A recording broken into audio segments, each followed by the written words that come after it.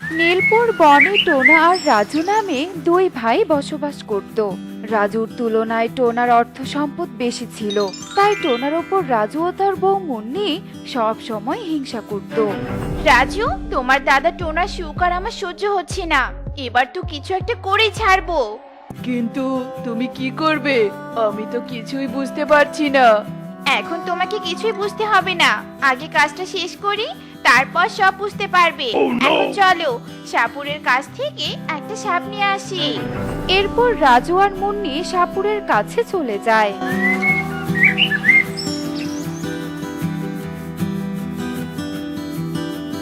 সাপুরে দাদা, আমাকে একটা সাপ দিবে? মানে তুই আবার সাপ দিয়ে কি করবি? একজনের প্রাণ নিব, যত টাকা চাও আমি তোমাকে তাই দিব। তবুও আমাকে বিষাক্ত সাপ দাও, যে সাপের কামড়ে পাখির সাথে সাথে মারা যাবে। আচ্ছা ঠিক আছে, এই বিষাক্ত সাপটা নিয়ে যা, আর কাজ হলে টাকা সহ একে আমার কাছে নিয়ে আসবি, কেমন? আচ্ছা ঠিক আছে দাদা।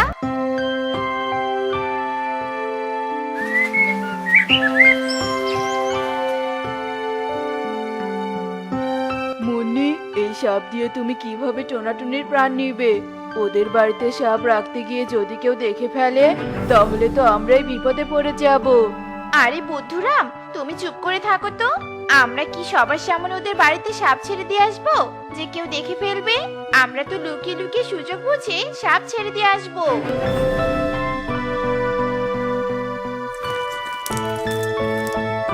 টোনা, আমি তো একবার গাছে পানি দিলাম, আবার যদি এরা কান্না করে তবে তুমি পানি দিও। যাই, এখন টুকিকে নিয়ে ও নানু বাড়ি থেকে ঘুরে আসি। আচ্ছা ঠিক আছে টুনি, যাও। মা টুকি, তুই তৈরি হয়েছিস তো? হ্যাঁ বাবা, আমি তৈরি হয়েছি। মা চলো, আজ আমরা নানু বাড়িতে গিয়ে মজার মজার পিঠে খাবো। বাবা, তুমিও আমাদের সাথে চলো না। তোর বাবা গেলে বাড়ি দেখবে কে? বলা যায় না, আশেপাশের বাড়িতে চোর যেভাবে চুরি করছে, না জানি কখন আমাদের বাড়িতে চোর আসে। টোনা, তুমি চারদিক ভালো করে খেয়াল রেখো, আমরা এখন চলি। ওই তো টনি চলে গেল। এটাই সুবর্ণ সুযোগ টোনাকে মেরে ফেলার। এই সাপ, তুই তাড়াতাড়ি ওই পাখির কাছে যা, আর ইচ্ছে মতো ওর শরীরে ছোবল দিয়ে আসবি। এরপর সাপটি টোনার দিকে যেতে থাকে, আর এদিকে মুন্নির সব কথা শুনে তিন গাছ খুব জোরে জোরে কাঁদতে থাকে। তোদের আজ এত তাড়াতাড়ি পিপাসা পেলো? আচ্ছা ঠিক আছে, আমি এক্ষুনি পুকুর থেকে পানি এনে দিচ্ছি।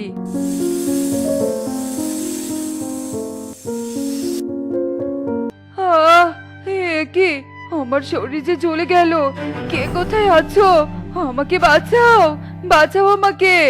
টোনা এভাবে চিৎকার করতে করতে সেখানেই মারা যায়। আর এভাবেই সারা দিন কেটে বিকেল হয়ে যায়। আর বিকেল হতেই টুনি টুকিকে নিয়ে বাড়িতে চলে আসে। আর তখনই তিন গাছ কান্না করতে থাকে। আমাকে দেখেই তোরা কান্না করছিস কেন? টোনা তোদের পানি দেয়নি? হে কি, টোনা এভাবে মাটিতে পড়ে আছে কেন? টোনা, টোনা, কি হয়েছে তোমার? টোনা, টোনাকে সাপে কেটেছে? না টোনা, তুমি আমাকে ছেড়ে চলে যেতে পারো না, পারো না। মা, বাবা কি হয়েছে? এই বাবা আমাদের ছেড়ে কোথায় চলে গেছে? হায় হায়, এ কি সর্বনাশ হয়েছে! মা টুকি, তোর বাবা যে মারা গেছে। আমার স্বামীর একটা মাত্র দাদা ছিল, সেও আজ চলে গেল। রাজু, আজ থেকে যে তুমি একা হয়ে গেলে। মুন্নি টুনি, তোমরা শান্ত হও। দাদার পাশে এভাবে কাঁদলে যে আমার দাদার আত্মা অনেক কষ্ট পাবে। টুনি দিদি, চিন্তা করো না, আমরা তো তোমার সাথে আছি। এখন থেকে কোনো বিপদে পড়লে আমরা তোমাকে সাহায্য করব। হ্যাঁ রাজু, তোমরা আপনজন সাহায্য না করলে কে সাহায্য করবে? এভাবে রাজু আর মুন্নি টুনিকে মিথ্যে সান্ত্বনা দিতে থাকে। আর এভাবেই সেই দিন কেটে যায়। দেখলে রাজু, টোনাকে কিভাবে শেষ করে দিলাম? কেউ আমাদের ধরতেই পারলো না। এবার টুনি আর টুকিকে শেষ করে দিতে পারলেই ওদের সব সম্পত্তি আমাদের হয়ে যাবে, আর আমরা তখন এই বনে সব থেকে বেশি ধনী হয়ে যাব। তোমার মাথায় বুদ্ধি আছে বটে। আচ্ছা চলো আবার সাপুরের কাছ থেকে সাপটা নিয়ে আসি। আরে না, টুনিকে সাপ দিয়ে মারতে পারবো না, কারণ টুনি খুব চালাক। ওর সামনে সাপ যেতেই ও পালিয়ে যাবে, তাই টুনিকে বিড়াল দিয়ে মারবো। কিন্তু তুমি বিড়াল কোথায় পাবে? কোথায় আবার? মানুষের রাজ্য থেকে বিড়াল নিয়ে আসবো। আমি দেখেছি মানুষের রাজ্যে এক দিদি শিকারী বিড়াল আছে। আচ্ছা ঠিক আছে, চলো তাহলে।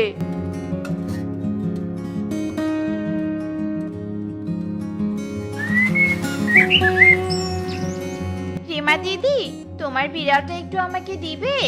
কিন্তু কেন মুন্নি, পাখি হয়ে আবার তোমরা বিড়াল দিয়ে কি করবে? আর বলো না দিদি, আমাদের বাড়িতে এত ইঁদুরের উপদ্রব বেড়েছে যে ঘরে কোনো কিছু রাখতেই পারি না, সবকিছু কুটকুট করে খেয়ে ফেলে। তাই ভাবলাম তোমার শিকারি বিড়াল নিয়ে গেলে সব ইঁদুরগুলো খেয়ে ফেলবে। ও আচ্ছা, ঠিক আছে তাহলে নিয়ে যাও। ইঁদুর খেলে বিড়ালেরও পেট ভরবে আর তোমাদেরও উপকার হবে। তবে ইঁদুরের কিছু লোম বিড়ালের সামনে দিও, কারণ এই বিড়াল লোমের গন্ধ শুকে তারপর তাকে খেয়ে ফেলে। আচ্ছা ঠিক আছে দিদি।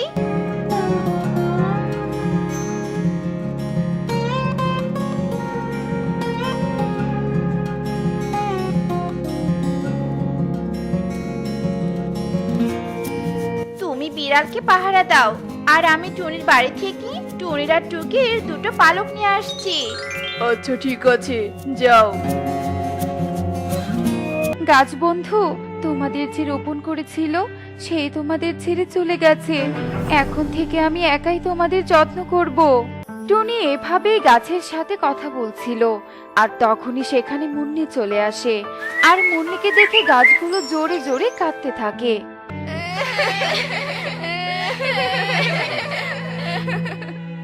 এ কি, তোমরা আবার কাঁদছো কেন? এক্ষুনি তো তোমাদের পানি খেতে দিলাম। আচ্ছা কান্না বন্ধ করো, আমি আবার পানি নিয়ে আসছি। কি ব্যাপার, আজ এরা কান্না বন্ধই করছে না কেন? টুনি দিদি, গাছে পরে পানি দাও, আগে তোমার আর টুকির দুটো পালক দাও তো। এক তান্ত্রিক বাবার সাথে দেখা হয়েছিল, তো উনি বললেন কোনো ছেলে পাখি মারা গেলে তার বউ ছানার উপর 6 মাস বিপদ লেগে থাকে। যদি তোমাদের পালক দাও তাহলে নাকি তান্ত্রিক বাবা বিপদ কাটিয়ে দিবেন। তাই নাকি? আচ্ছা ঠিক আছে মুন্নি, আমি এক্ষুনি পালক দিচ্ছি। মা টুকি, এদিকে আয় তো।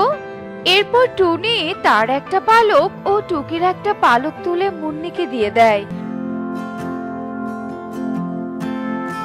আর মুন্নি পালকগুলো নিয়ে বাড়িতে চলে আসে, আর সেগুলো বিড়ালের সামনে দিতেই বিড়াল পালক শুকে দৌড়ে টুনির বাড়িতে চলে আসে। আর বিড়ালকে দেখে গাছগুলো আবার জোরে জোরে কান্না করতে থাকে।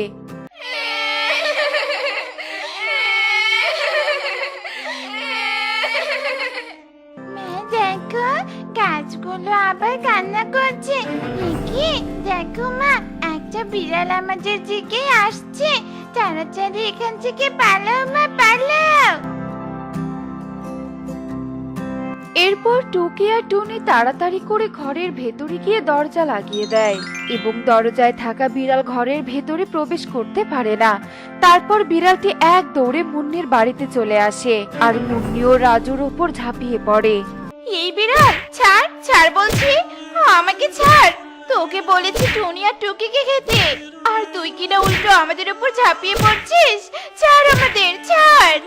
এসব বলে মুন্নি আর রাজু বিড়ালের সাথে লড়াই করতে থাকে, কিন্তু বিড়াল শক্তিশালী থাকায় তাদের কামড়ে কামড়ে মাংস খেতে থাকে, আর তারা সেখানেই ছটফট করতে করতে মারা যায়।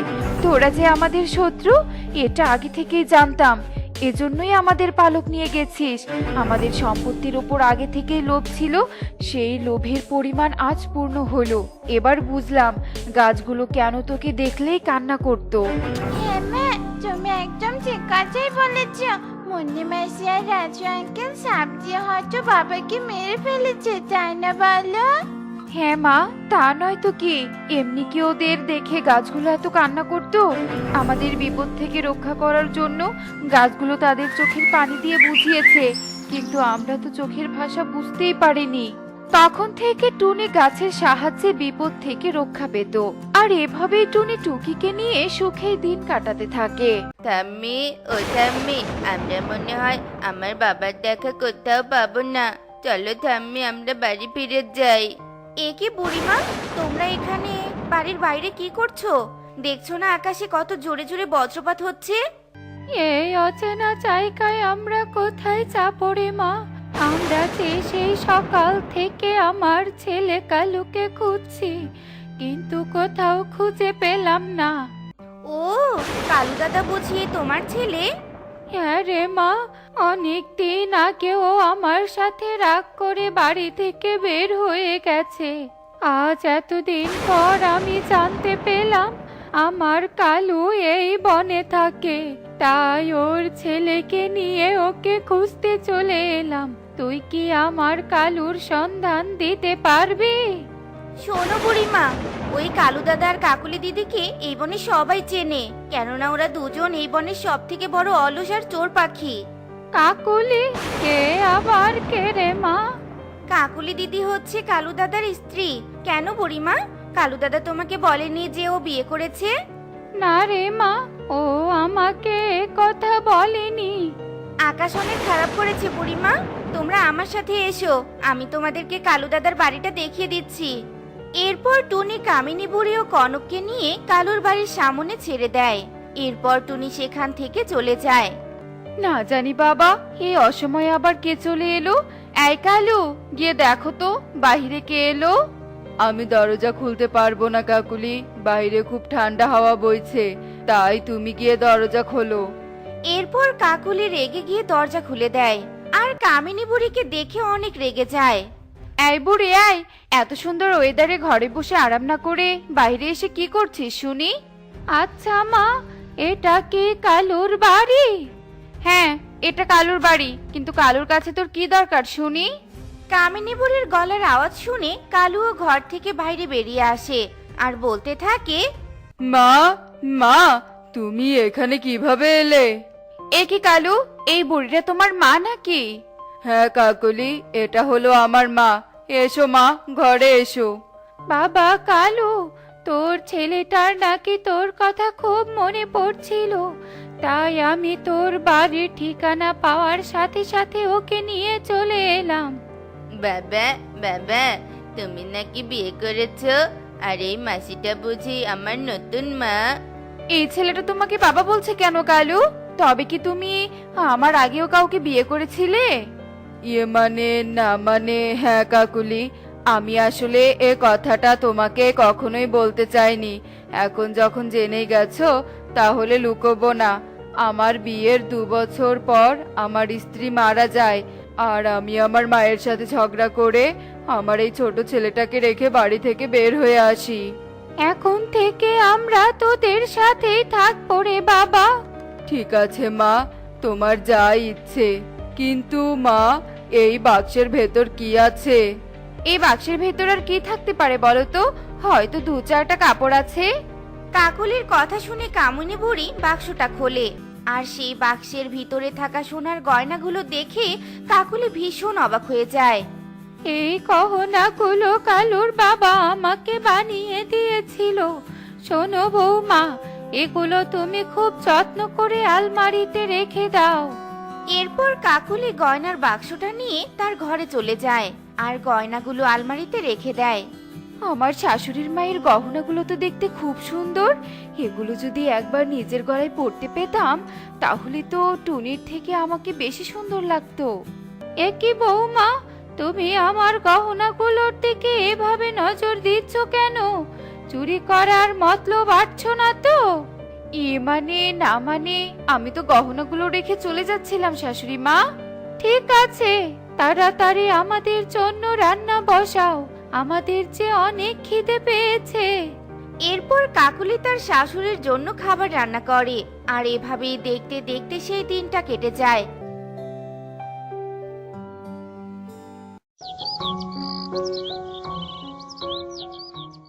পরের দিন সকালে কাকুলি টিয়ের কাছে চলে যায়।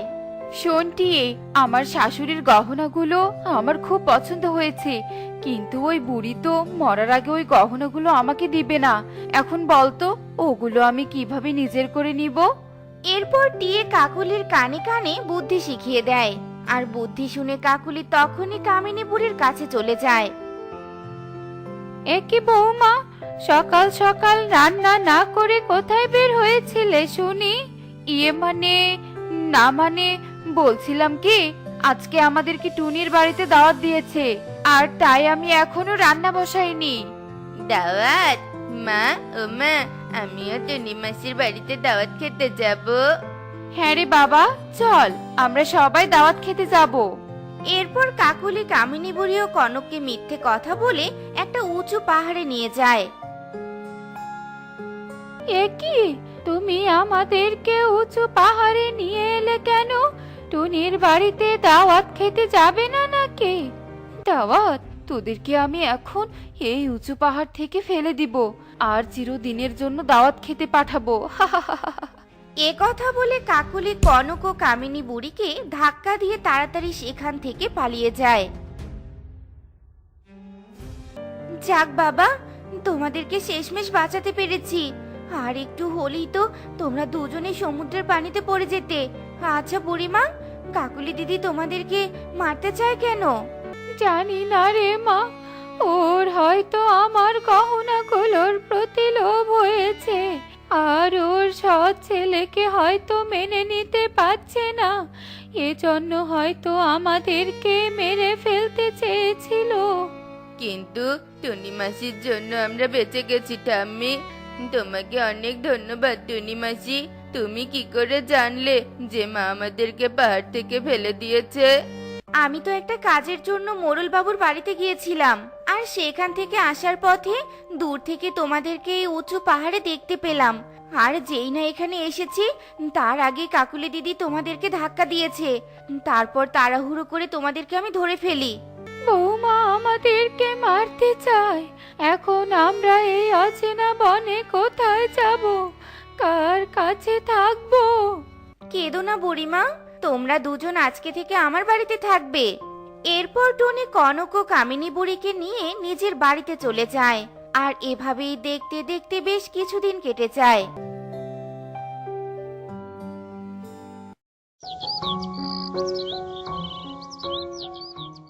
এই নাও ৫,০০০ টাকা। কাকুলির বাড়ি থেকে সবগুলো সোনার গয়না ঠিকঠাক ভাবে চুরি করে আনতে পারলে তোমাকে আরো ৫,০০০ টাকা দিব, বুঝলে?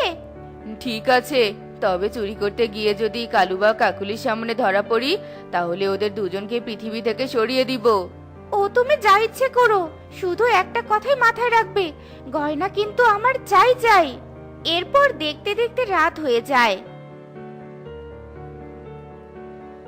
আর রাত হতেই তোতা কালু ও কাকুলির বাড়িতে গয়না চুরি করতে যায়। আর যেই না আলমারিটা খুলতে যায়, ঠিক তখনই সেখানে পুলিশ এসে যায়। মোটেও পালানোর চেষ্টা করবি না, চল থানায় চল, থানায় নিয়ে গিয়ে তোকে চুরি করার মজা দেখাচ্ছি। পুলিশের কথা শুনে কালু ও কাকুলির ঘুম ভেঙে যায়। কি, পুলিশ আমার বাড়িতে এত রাতে কেন এসেছে? কাহিনী কি কিছুই তো বুঝতে পারছি না। আর এই তো তা, তুই আমার বাড়িতে কেন এসেছিস? কেন আবার?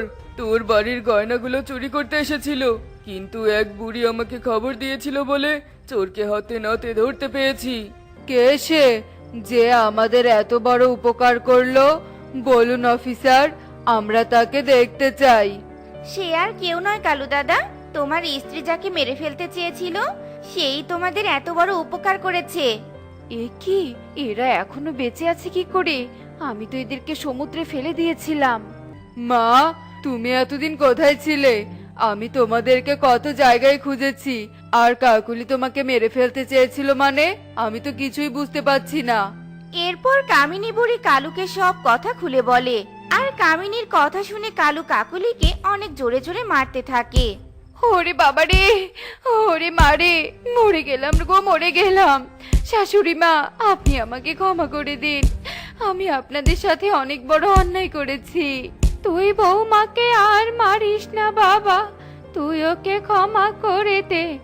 আর শোনো বৌমা, ওই গহনাগুলো তো আমি আমার ছেলের বউয়ের জন্যই রেখেছি। আজকে থেকে ওগুলো গহনা তোমার। বাবা, ও বাবা, আর কতদূর হাঁটতে হবে বলো তো? আমি যে আর হাঁটতে পারছি না। ওই তো সামনের জঙ্গলে গিয়ে ঢুকবো। আমার মন বলছে ওই জঙ্গলে গেলে আমরা কোনো বড় সাপ ধরতে পারবো।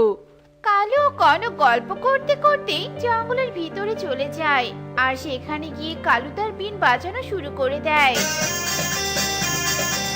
এ কি, আমার শরীরটা হঠাৎ করে এভাবে ব্যথা করতে শুরু করলো কেন? আহ, মরে গেলাম, মরে গেলাম। কে কে এভাবে বিন বাজাচ্ছে? বন্ধ করো, বিন বাজানো বন্ধ করো।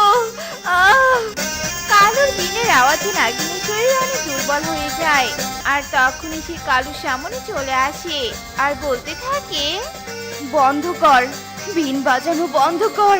তোর বিনের আওয়াজে আমার নিঃশ্বাস বন্ধ হয়ে যাচ্ছে, বন্ধ কর। আরে, এ আমি কি দেখছি? আমার বিনের সুরে নাগিন ধরা পড়েছে। আর এ যে ইচ্ছেধারী নাগিন। হা হা হা হা হা। পেয়েছি, আমি নাগিনের দেখা পেয়েছি। এ কথা বলে কালু আবারও বিন বাজাতে শুরু করে আর কালুর বিনের সুরে নাগিন আরো বেশি অসুস্থ হতে থাকে আর কাঁপা কাঁপা কণ্ঠে বলতে থাকে, আমাকে তুই মেরে ফেলিস না, আমি সারা জীবন তোর দাসী হয়ে থাকবো। তুই যা বলবি তাই শুনবো। তবুও তোর বিন বাজানো বন্ধ কর। না বাবা, তুমি এর কথা শুনো না, ও তোমার মিথ্যে কথা বলছে। তুমি বিন বাজানো বন্ধ করলে ও আমাদের উপর আক্রমণ করবে। বিশ্বাস কর, তোরা আমাকে বিশ্বাস কর। আমরা ইচ্ছেধারী নাগিনরা কথা দিলে কখনো তার খেলাপ করি না। নাগিনের কথা শুনে কালু বিন বাজানো বন্ধ করে দেয় আর নাগিনও তার কথা রাখতে কালুর দাসী হয়ে যায়। এরপর কালু নাগিনকে নিয়ে বাড়ির দিকে চলে যায় আর মনে মনে বলতে থাকে, এতদিনে আমার সাপুরে হওয়া সার্থক পেল। এখন একে দিয়ে আমি অনেক টাকা ইনকাম করব। হা হা হা হা হা। কালু ও নাগিন যখন জঙ্গলের ভেতর দিয়ে যাচ্ছিল ঠিক তখনই তারা দেখতে পায় এক গাছের দোলনায় এক মায়াবী পরী দোল খাচ্ছিল। আর মায়াবী পরীকে দেখে কালু মনে মনে এক ফোন দিয়ে আটে আর বলে, এই নাগিন, ওই দেখ, দূরের ওই দোলনায় একটা পরী দোল খাচ্ছে। শুনেছি পরীদের কাছে নাকি জাদুই কাঠি আছে আর তারা সেই কাঠি দিয়ে যে কোনো কাজ করতে পারে। আর আমি যদি একবার ওই পরীদের কাঠিটা পাই তাহলে আমি চিরজীবন শুয়ে বসে খেতে পারবো। তাই নাকি মালিক? তাহলে এখন আমাকে কি করতে হবে?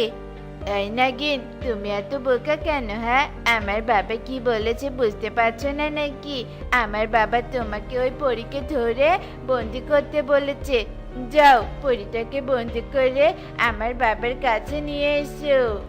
নাগিন সাথে সাথেই পরীর কাছে চলে যায় আর তার জাদু শক্তি দিয়ে নাগিনকে একটা খাঁচায় বন্দি করে। আরে, ওই তো আমার দাসী, একেবারে কাজের কাজ করেছে। চল রে বাবা, আমরা বন্দি বইটার কাছে যাই। কারা তোমরা আর আমাকে বন্দি করলে কেন? আমি তোমাদের কি ক্ষতি করেছি বলো তো? ছেড়ে দাও, আমাকে ছেড়ে দাও। ছেড়ে দেওয়ার জন্য কি তোকে বন্দি করেছি নাকি? কেন কেন তোমরা আমাকে বন্দি করেছো? তোমরা আমার কাছে কি চাও? ও বুঝেছি, তোমাদের টাকা চাই তাই তো? ঠিক আছে, তোমাদের যত টাকা চাই আমি সব দিব। তবু তোমরা আমাকে মুক্ত করো। আমার মা যে আমার জন্য অপেক্ষা করছে। আরে, এই পরীটার মাও আছে নাকি? তাহলে তো বেশ ভালোই হলো। এর থেকে জাদুই কাঠি নিয়ে একে বন্দি করে রাখবো। তারপর যখন ওর মা ওকে খুঁজতে আসবে তখন ওর মায়ের কাছ থেকেও জাদুই কাঠিটা আমি নিয়ে নিব। হা হা হা। না না, আমার টাকা পয়সা কিছুই চাই না। আমার তো পরীদের জাদুই কাঠিটা চাই। দে দে, পরীদের জাদুই কাঠিটা আমাকে দে। তা না হলে চিরদিন তোকে বন্দি জীবন কাটাতে হবে। হা হা হা। শুধু কি তাই, চিরদিন আমার দেয়া শাস্তি ভোগ করতে হবে। তাই বাঁচতে চাইলে তোর জাদুর কাঠি আমার মালিককে দিয়ে দে। কালু ও নাগিনের কথায় মায়াবী পরী অনেক ভয় পেয়ে যায় আর তার জাদুই কাঠিটা কালুকে দিয়ে দেয়। আর জাদুই কাঠি পেয়ে কালু অনেক খুশি হয়ে যায়। এরপর খাঁচায় বন্দি পরীকে নিয়ে বাড়িতে চলে আসে। আমাকে 10 টাকা ভিক্ষা দাও না, আমার যে খুব খিদে পেয়েছে, দাও না 10 টাকা। না না, আমার বাবা আমাকে স্কুলে গিয়ে খাওয়ার জন্য 10 টাকা দিয়েছে, আর সেই 10 টাকা যদি তোকে দিয়ে দেয় তাহলে আমি স্কুলে গিয়ে কি খাবো বলতো? এই, তোর কি ভিক্ষা করা ছাড়া আর কোনো কাজ নেই নাকি?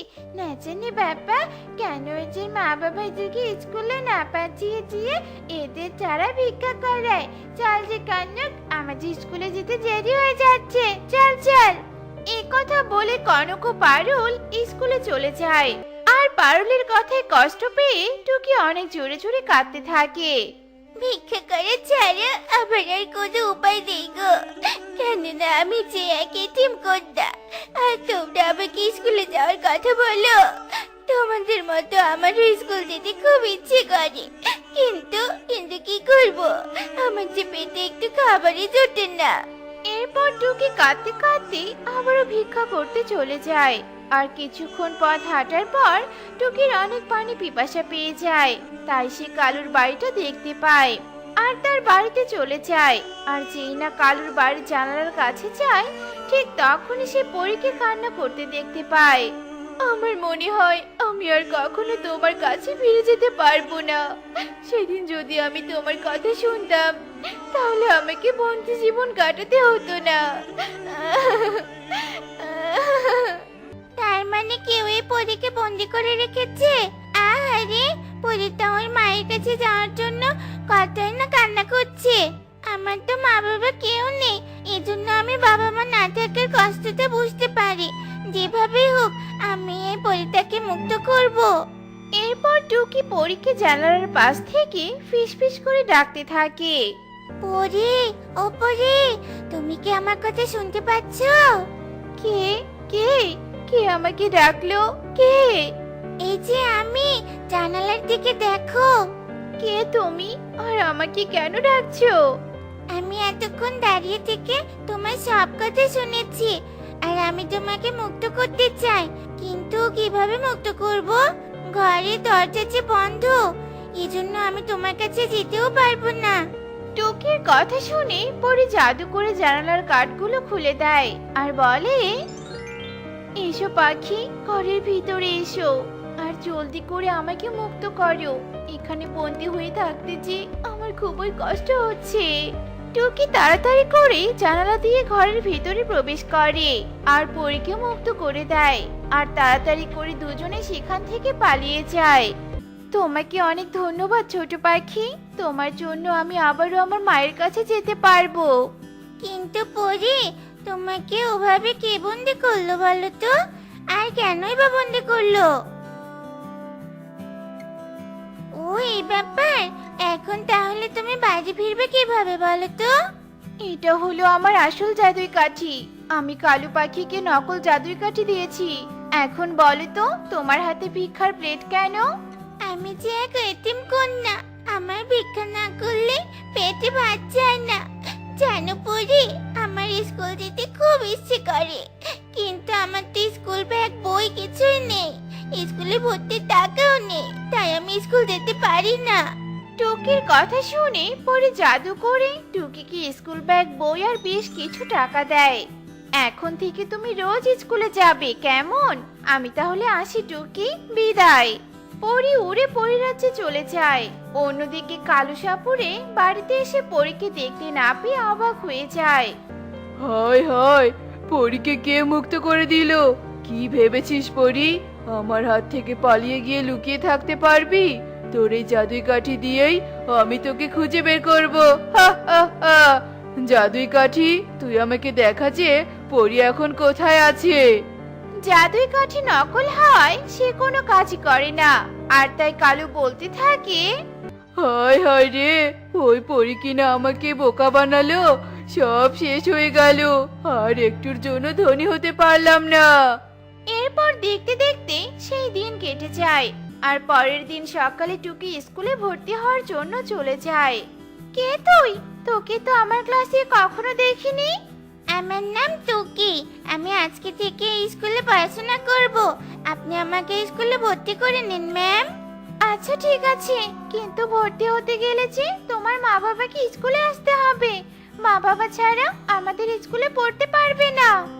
ইগলির কথা শুনে টুকি অনেক কষ্ট পায় আর মন খারাপ করে স্কুলের পাশে গিয়ে বসে পড়ে। ঠিক তখনই সেখানে টুনি তার ছেলেকে নিয়ে আসে। এই মেয়ে, তুমি বুঝি এই স্কুলে পড়ো? তাহলে স্কুলে না গিয়ে এখানে বসে কাঁদছো কেন? টুকি টুনিকে সব কথা খুলে বলে। আর টুকির কথা শুনে টুনি বলে, কাঁদিস না রে মা, আজ থেকে আমি তোর মা। আয়, আমি তোকে স্কুলে ভর্তি করিয়ে দিব। এরপর টুকিকে নিয়ে টুনি স্কুলে ভর্তি করাতে চলে যায়। আর স্কুলের ম্যাডামও টুকিকে ভর্তি করে নেয়। এ কি রে টুনি, এই মেয়েটা তোর মেয়ে? আগে তো দেখিনি। ও এক এতিম কন্যা, আর এতিম জন্য আপনি ওকে স্কুলে ভর্তি করিয়ে নেননি। তবে স্কুলে সবার পড়ার অধিকার আছে। যাই হোক, শিক্ষিত হলেই শিক্ষা অর্জন করা যায় না, স্বশিক্ষায় শিক্ষিত হতে হয়। আজকে থেকে ও এই স্কুলেই পড়বে। আর এই এতিম কন্যার মা হলাম আমি।